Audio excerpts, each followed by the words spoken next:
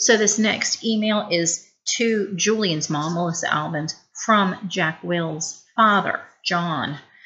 All right, it says, "Hi, Melissa. Thank you for being so understanding about this incident with Jack. He is, as you know, extremely sorry for his actions.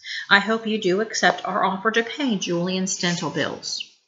We are very touched by your concern regarding Jack's friendship with August.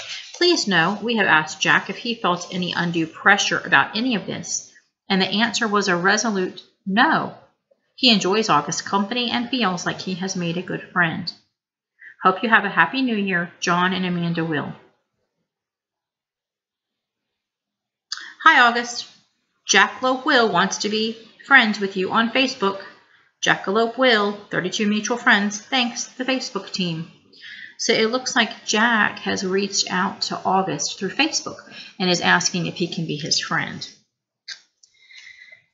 To Augie Doggy Pullman at email.com. Subject, sorry. So this is from Jack. Jack's writing an email to August, apologizing. "Hey, August, it's me, Jack Will. I noticed I'm not on your friends list anymore. Hope you friend me again because I'm really sorry. I just wanted to say that. Sorry. I know why you're mad at me. Now I'm sorry. I didn't mean the stuff I said. I was so stupid. I hope you can forgive me. Hope we can be friends again, Jack." One new text message from August. "Got your message. You know why I'm mad at you now? Did Summer tell you?" Now Jack's replying. "She told me Bleeding Scream as hint, but didn't get it at first. Then I remember seeing Bleeding Scream in homeroom on Halloween. Didn't know it was you. Thought you were coming as Bobo Fett. I changed my mind at the last minute. Did you really punch Julian?" "Yeah, I punched him. Knocked out a tooth in the back. A baby tooth." "Why'd you punch him?" "I don't know." "Liar. I bet he said something about me, right?" "He's a jerk, but I was a jerk too. Really, really, really sorry for what I said, dude, okay? Can we be friends again?" Awesome. Oh, I missed that part. So Jack asked August, "Can we be friends again?" And August said, "Okay." Jack says, "Awesome. But tell me the truth, okay? Would you really want to kill yourself if you were me?" "No, I swear on my life. But dude, I would want to kill myself if I were Julian." LOL. Yes, dude, we're friends again. Back from winter break. Despite what Tushman said, there was no clean slate when I went back to school in January. In fact, things were totally weird from the second I got to my locker in the morning. I'm next to Amos, who's always been a pretty straight-up kid, and I was like, "Yo, what up?" And he basically just nodded a half hello and closed his locker door and left. I was like, okay, that was bizarre. And then I said, "Hey, what up?" to Henry, who didn't even bother half smiling, but just looked away. Okay, so something's up, dissed by 2 people in less than 5 minutes. Not that anyone's counting. I thought I'd try one more time with Tristan, and boom, same thing. He actually looked nervous, like he was afraid of talking to me. I've got a form of the plague now, is what I thought. This is Julian's payback. And that's pretty much how it went all morning. Nobody talked to me. Not true. The girls were totally normal with me. And August talked to me, of course. And actually, I have to say both Maxes said hello, which made me feel kind of bad for never ever hanging out with them in the 5 years I've been in their class. I hoped lunch would be better, but it wasn't. I sat down at my usual table with Luca and Isaiah. I guess I thought, since they weren't in the super popular group, but were kind of middle-of-the-road jock kids, that I'd be safe with them. But they barely nodded when I said hello. Then, when our table was called, they got their lunches and never came back. I saw them find a table way over at the other end of the cafeteria. They weren't at Julian's table, but they were near him, like on the fringe of popularity. So anyway, I'd been ditched. I knew table switching was something that happened in the 5th grade, but I never thought it would happen to me.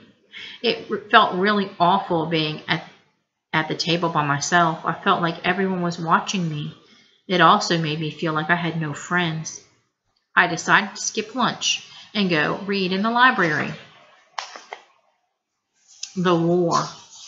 It was Charlotte who had the inside scoop on why everyone was dissing me. I found a note inside my locker at the end of the day.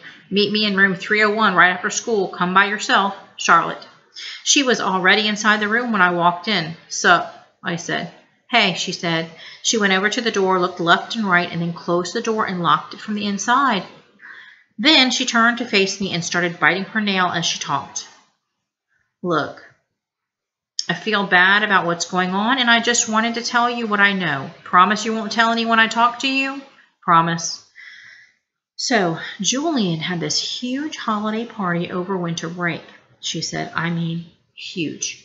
My sister's friend had her Sweet 16 at the same place last year. There were like 200 people there. So, I mean, it's a huge place. Yeah, and, well, pretty much everybody in the whole grade was there. Not everybody, I joked. Right, not everybody, duh. But, like, even parents were there, like my parents were there.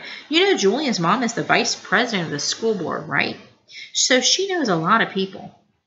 Anyway, so basically what happened was at the party was that Julian went around telling everyone that you punched him because you had emotional problems. What? And that you would have gotten expelled, but his parents begged the school not to expel you. What? And that none of it would have happened in the first place if Tushman hadn't forced you to be friends with Augie. He said his mom thinks that you, quote unquote, snapped under the pressure. I couldn't believe what I was hearing. No one bought into that, right? I said. She shrugged. That's not even the point. The point is he's really popular. And, my mom heard that his mom is actually pushing the school to review Augie's application to Beecher. Can she do that? It's about Beecher not being an inclusion school. That's a type of school that mixes normal kids with special needs. That's just stupid. Augie doesn't have special needs. Yeah, but she's saying that if the school is changing the way they usually do things in some ways, but they're not changing anything. Yeah, they did. Didn't you notice they changed the theme of the New Year art show? In past years, 5th graders painted self-portraits, but this year they made us do those ridiculous self-portraits as animals, remember? So, big freaking deal. I know. I'm not saying I agree. I'm just saying that's what she's saying. I know. This is just so messed up. I know. Anyway, Julian says that he thinks being friends with Augie is bringing you down, and that for your own good, you need to stop hanging out with him so much. And if you start losing all your old friends, it'll be like a big wake-up call. So basically, for your own good, he's going to stop being your friend completely. Newsflash, I stopped being his friend completely first. Yeah, but he's convinced all the boys to stop being your friend for your own good. That's why nobody's talking to you. You're talking to me. Yeah, well, this is more of a boy thing, she explained. The girls are staying neutral, except Savannah's group, because they're going out with Julian's group. But to everybody else, this is really a boy war. I nodded. She tilted her head to one side and pouted like she felt sorry for me. Is it okay that I told you all of this? She said. Yeah, of course. I don't care who talks to me or not. I lied. This is all just so dumb. She nodded. Hey, does Augie know any of this? Of course not, at least not from me. And Summer? I don't think so. Look, I better go. Just so you know, my mom thinks Julian's mom is a total idiot. She said she thinks people like her are more concerned about what her kids' class pictures look like than doing the right thing. You heard about the photoshopping, right? Yeah, that was just so sick. Totally, she said, answering. She answered, nodding. Anyway, I better go. I just wanted you to know what was up and stuff. Thanks, Charlotte. I'll let you know if I hear anything else, she said. Before she went out, she looked left and right outside the door to make sure no one saw her leaving.